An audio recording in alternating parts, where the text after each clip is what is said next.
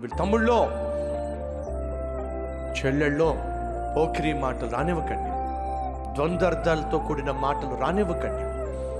ఉద్యోగం చేస్తున్న చోట, పని చేస్తున్న చోట, చదువుకుంటున్న చోట డబుల్ మీనింగ్ డైలాగ్స్ రానివ్వకండి.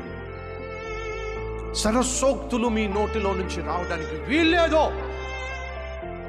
ఎదుటనున్న అమ్మాయినో లేక అబ్బాయినో శోధించటానికో వలపన్ని ఆ వ్యక్తిని వలలోకి లాక్కోవడానికో దయచేసి డబుల్ మీనింగ్ మాటలు మాట్లాడకండి. అవి అసలు మనకు తగవు. బస్ స్టాండ్లో కావచ్చు, రైల్వే స్టేషన్లో కావచ్చు, ప్రయాణం చేస్తున్నా కావచ్చు, ఉద్యోగం చేసే చోట కావచ్చు, పార్కింగ్ ప్లేస్లో కావచ్చు, ద్వంద్వార్థాలతో మాట్లాడుతున్నా, ద్వంద్వార్థాలతో పాటలు పాడుతున్నా, పోకిరీ చేష్టలు చేస్తున్నా, సరస్సోక్తులు మాట్లాడుతున్నా, నీకు విషయం తెలుసా? దేవునికి నీకు మధ్య ఉన్న ప్రేమ బద్దలైపోతుంది, బలహీనమైపోతుంది. మీరు దేవుణ్ణి ప్రేమిస్తున్నట్లయితే ప్రేమలో నడవండి, ప్రేమతో నడవండి.